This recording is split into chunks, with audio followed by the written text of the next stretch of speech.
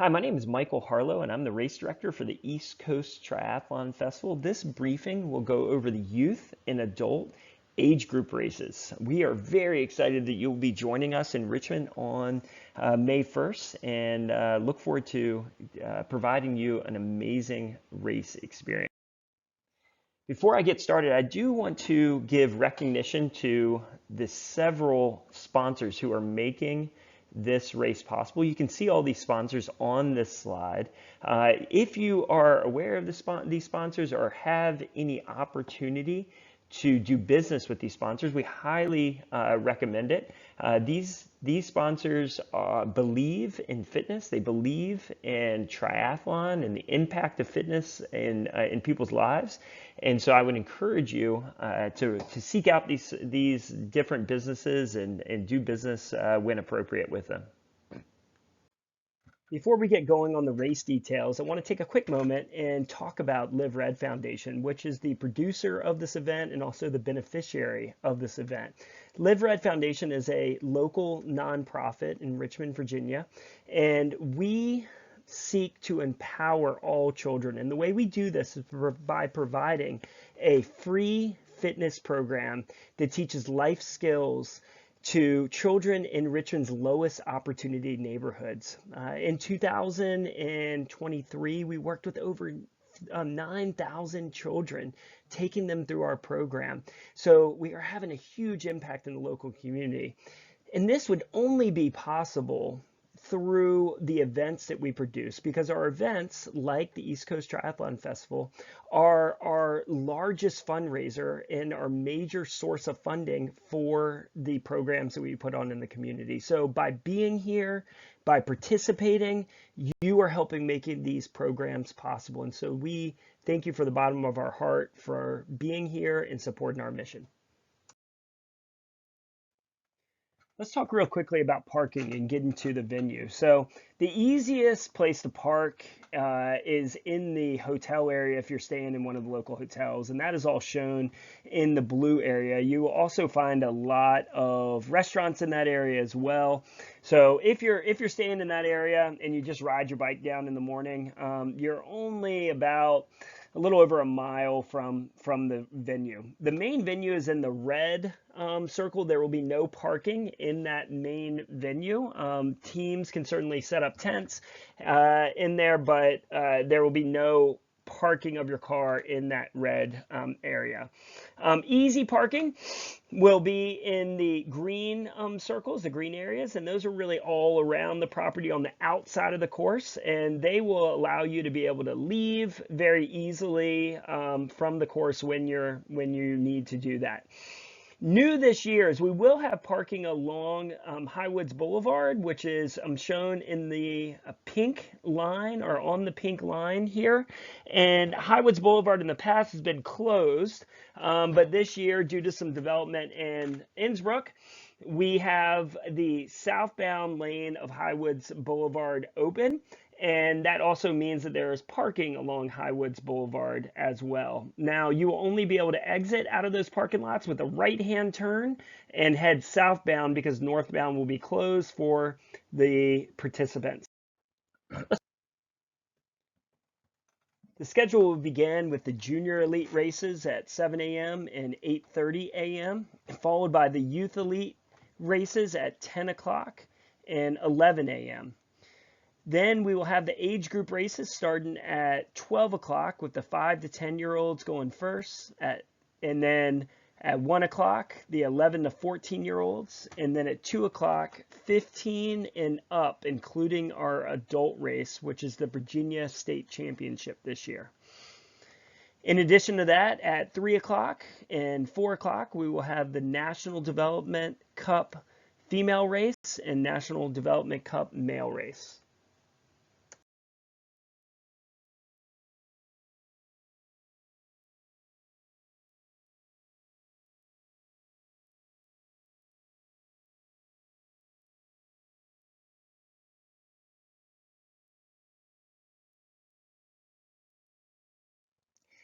You want to pay attention to your specific schedule.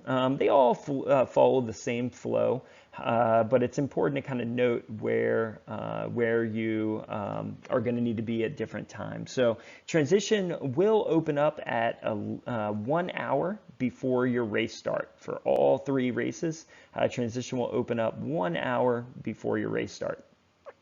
At 45 minutes before the race start, your swim will open up for warm up.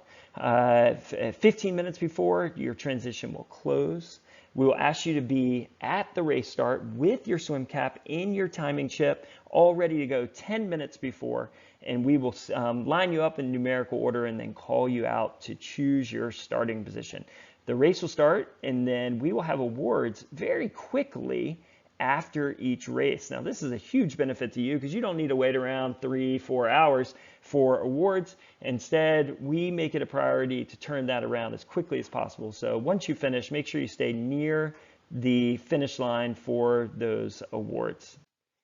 Let's go over a few things that you need to know before your race. So there are a variety of warm-up options, but what we ask is that you do not warm up on the course when there is a race going on. So for the swim, you'll be able to warm up starting 45 minutes before your race, and that will close 15 minutes before. For the bike, you can warm up on the course as long as there isn't a live race going on. Or if you go outside the course, there are many nice roads that you can warm up on that are outside the main course loop. And then the run, same situation. You can warm up outside the course or within the parking lot is perfectly fine as well. Now you will check in on the outside of transition, on the sides of transition. There will be a little opening in transition, and that's where you'll go in. Ages 5 to 10 will be entering transition B. Ages 11 to 14 will enter transition A. And ages 15 plus, as well as our adults, will enter transition B. When you check in, you'll want to bring your helmet, as well as your bike, as well as your uniform. Make sure that all of that is on you so that we can check it over as you enter into transition, and make sure you're safe. You will be body marked outside of transition area, so make sure that you are prepared for that and leave enough time for that. Once you are done checking in, you head down to the swim start. You will receive your swim cap as well as your timing chip by the swim start. You want to make sure that you receive those before you do any type of swim warm up, and that you are right by the swim start at least 10 minutes before, because that's when we will start staging you. Talk about the course. Now, transition is denoted by the last two digits of your number. So if you are number 529, you're going to find the placard that has 29 on it. That is because we have multiple different races throughout the day, and 29, 129, 229, 329, all those athletes are going to use the same area for their specific race. So if you are 529, you're going to find the spot that has the last two digits 29, and you are going to rack there. In transition one, we encourage you to rack by the seat, but you can also rack by the handlebars. You can face that bike towards the field of play, so towards the inside of transition. If you can't rack it, namely we're talking to those 5 to 10-year-olds out there, we will find a place for you to kind of put this beside a rack, and that is perfectly fine. We will work with you. We specialize in youth races, so don't worry, we will be able to help you out with that. Your gear should all be on the bike or behind the front wheel of the bike. And then once racked, we don't want you to remove the bike until the race start, until you actually get there and you're in the race. So make sure you do your warm up before you come and actually rack your bike. Now, another big question we get with those younger kids is, can a parent come in? And we do allow parents to come in before the race and help you get set up. But once the race starts, no parents are allowed into the transition area. Now, transition B or transition 2, when you come back from the bike, you can rack the bike by the seat or both handlebars slash both bike brake levers. And we encourage you to position that away from the field of play, so facing away from the center of transition.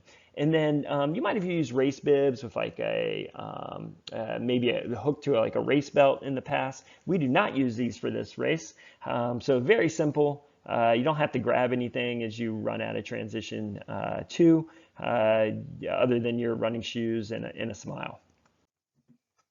Now here's how transition will work. You can see down where the white line begins down by the water. That's where the athletes will exit the water and run that white line on a path up to transition.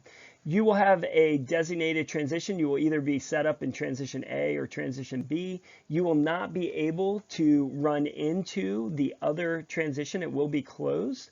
So you will just flow through your transition and then out up at the top of transition. And again, another look at this. So transition A is live. So you'll see transition B is blocked off. It's got a barricade, so you can't go through there. Athletes can be setting up for the next race there.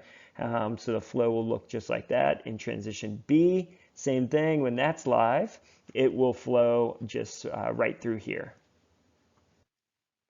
Let's talk about the swim start. So this swim course will start in the water, standing on a ledge where it's probably about knee or waist deep, and then you will be able to dive into deeper water from there. All athletes will complete one lap of the course. You will receive your swim cap and your chip down by the swim start under the Live Red Foundation tent. You will need to receive these before getting in the water for your warm-up. Also, make sure when you come to get your chip that we can see your race number on your arm or your leg, because we will not be able to give you a chip unless we can see that to make sure that you're getting the correct chip. Once it is time for the race to start, you will be called out by number and you will stand behind one spot. You can choose whichever spot you want on the walkway at the water's edge. At that point, our race official will hand you over to the starter, who will ask you to get in the water, and then the commands will be on your mark, and then an air horn will blast. Once the air horn blasts, then you can go. The yellow buoys are the turn buoys. There will also be orange buoys out on the course, and those are just for sighting. The official water temperature will be announced 1 hour before each event. If you plan to wear a wetsuit, you might want to bring it because it will likely be wetsuit legal. Now, if you are not doing the swim and you are doing the duathlon instead, the duathlon will start down by the swim start and it will go on the horn blast as well. Okay, let's take a look at the swim course map. Now, keep in mind that this map shows all of the various courses that we have going on throughout the day. So you'll want to really focus on just your course. So for the 5 to 10-year-olds, you will be following the blue course. For the 11 to 14-year-olds, you'll be following the 200-meter green course. And for the 15 and older, including our adults, you'll be following the 375-meter yellow course. Now, it's really important to note that the buoy colors will change throughout the day. So if you're watching a previous race, the buoys might be positioned a little bit different than what you're seeing for your race. And the reason being is because we always move the yellow buoy to the turn buoy for your specific race. So for example, for the 375-meter 15 and older course, right before that race, we will move the yellow buoy to that third buoy position right behind the fountain. And then all the other buoys will be orange. The only buoy that will also be yellow will be over by the swim exit, because you'll be making that left-hand turn around that buoy to head into the swim exit. So just keep a note that those buoy colors will change throughout the day. Okay, let's move on to the bike course. So for ages 5 to 10, you will be completing one loop, which is 3 miles. For ages 11 to 14, as well as our 15 plus / adult race, you'll be completing 2 loops, which is 6 miles. The bike course will flow in a clockwise direction. There are multiple right-hand turns on the course, as well as one 180-degree U-turn that is a left U-turn on the course.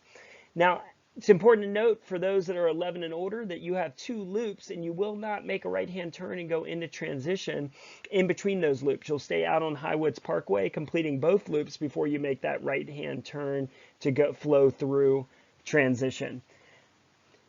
It's also very important to keep in mind that for the first little section of the bike course, that you will share the course with some runners. And for that section, the course will narrow. So we want you to be very, very careful during that section and make sure that your head is up and you're keeping your eyes on people who could potentially be out in front of you. Also, use some caution on the speed bumps. There are some speed humps at the end of the bike course, and it's perfectly fine to ride right through them. We've done it for years, but you do want to be aware that they are coming up. Okay, here's the bike course map. So as you exit transition, you'll be making a right-hand turn onto Highwoods Boulevard. This will lead to an immediate right-hand turn on Sadler Place, which will bring you to a fairly good downhill, and then a right-hand turn onto Cox Road. This will take you down to the lake. Be very careful on that right-hand turn on the Cox Road. We will have it have a lot of hay bales up on the course, but it is coming off a downhill, and you typically will have a good amount of speed, so you want to be careful on that section.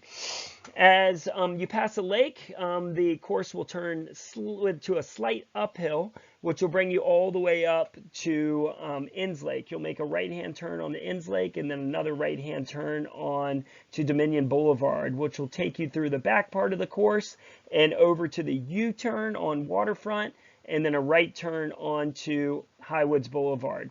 When you make that right turn on the Highwoods Boulevard, that is where you'll find a few speed bumps.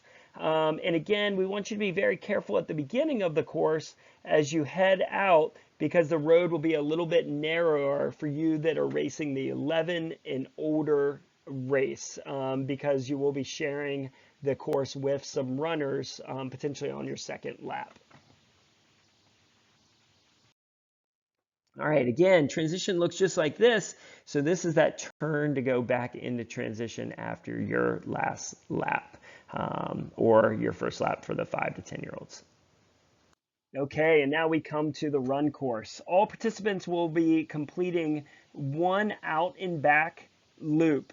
Ages 5 to 10 will only be completing a half-mile loop and will turn around at Sadler Place. There's a stop sign right there, and we'll have someone to turn you around at that spot. Ages 11 to 14, as well as 15 plus in adult, will be doing a longer loop, which is 2.5K or 1.55 miles. The course follows part of the bike course, as I spoke about on the bike course section, so you want to be careful on that section. There will be an aid station with water and Gatorade 200 meters from the start, as well as 200 meters from the finish. As you come back into completing your loop and about to approach the finish line, you'll want to make the left-hand turn around the cone that will be in the middle of the road, and then into the finish line, shoot from there. Pacing is not allowed by coaches, teammates, or friends, so please be careful of that, and have a great run. Now the run course is going to exit transition the same way that the bike did, and you're going to run right down along Highwoods Parkway. You are going to get to Sadler Place, and this is where the 5 to 10-year-olds are going to turn around, right there at the intersection of Sadler and Highwoods Parkway. You'll see this with the blue arrow on the map. But our 11 to 17-year-olds, as well as our adults, will continue down the hill on Sadler Place and make a right-hand turn on the Cox. You will continue downhill slightly to the lake, and then it'll be a slight uphill to your turnaround. Now, please be aware again that all along Highwoods Parkway and Sadler and out to your turnaround at Cox, you will have cyclists on the left side of you or on the outside of you throughout that whole section. So we need to be really aware and careful during that. But again, you will be separated by cones. I also just want to point out while I'm here, the duathlon course, for those that are doing the duathlon, the first run is going to start down here at the corner. You're going to see this blue map or this blue line going around the swim course. So when the swimmers take off, you will also take off and you'll follow the perimeter of the course. You'll go across a little bridge and then over onto the other side, and you will cross the timing mat just as the swimmers will and head into transition. So that's the first run on the duathlon, and then the second run will follow this red course. At the finish, you'll receive your finisher's medal, and there will be food and drink right nearby the finish line. You will want to exit the finish chute as quickly as possible, and then outside of the finish chute is where you'll find refreshments. Also, please make sure to remove your bike from transition as soon after the race as possible so that we can make sure to get the next race into your transition area so that we can start that on time. Awards will be held shortly after each race. For 5 to 10-year-olds, we expect this to be around 12:45 p.m. For 11 to 14-year-olds, around 1:45 p.m. And for our 15 and older in our adult race, 3 o'clock p.m. Awards will be given to the top 3 youth as well as adult triathletes in each age group, as well as the top 3 overall duathletes as well. Okay, you'll want to make sure that you are aware of the various rules that apply to triathlon events. I encourage you to look at the USA Triathlon site for the full list of rules, but some of the commonly violated rules are drafting or blocking. And what that means is that when you are riding on the road, you need to be on the right-hand side of the road at all times. Being on the left-hand side, you're blocking someone from going around you.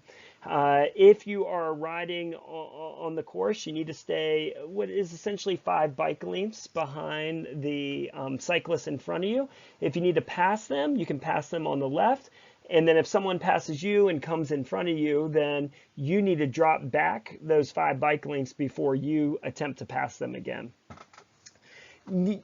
Abusive language would be penalized. Mount in the dismount line. So when you come up to, or when you're exiting transition, you need to cross the green line, put 1 foot on the other side before you mount your bike. And then when you come back from the bike, you need to put 1 foot on the ground and dismount your bike before the red line. These lines separate transition, where you can't ride your bike, from the bike course where you can ride your bike. You need to make sure that you have a certified helmet on, as well as that your chin strap is buckled whenever you are on the bike. You need to look in your helmet and make sure that you have a CPSC sticker that says that it's certified. If you have questions about this, you can reach out to the officials. You want to make sure that when you discard gear or any kind of trash, that you do it inside of your designated area in transition. If you leave this out on the course or in someone else's transition area, you could be penalized. Aero helmets, disc wheels, and aero bars are not allowed with the youth races, but they are allowed for the adult race. Penalties will be served per the new rule per last year. They will be served in a penalty box on the run or as stop and go. If an official stops you on the course, they can stop you for a period of time and then have you restart. So with that, you are all prepared for race day. We wish you the very best of luck, and we are so excited to see you in Richmond the weekend of April 30th and May 1st.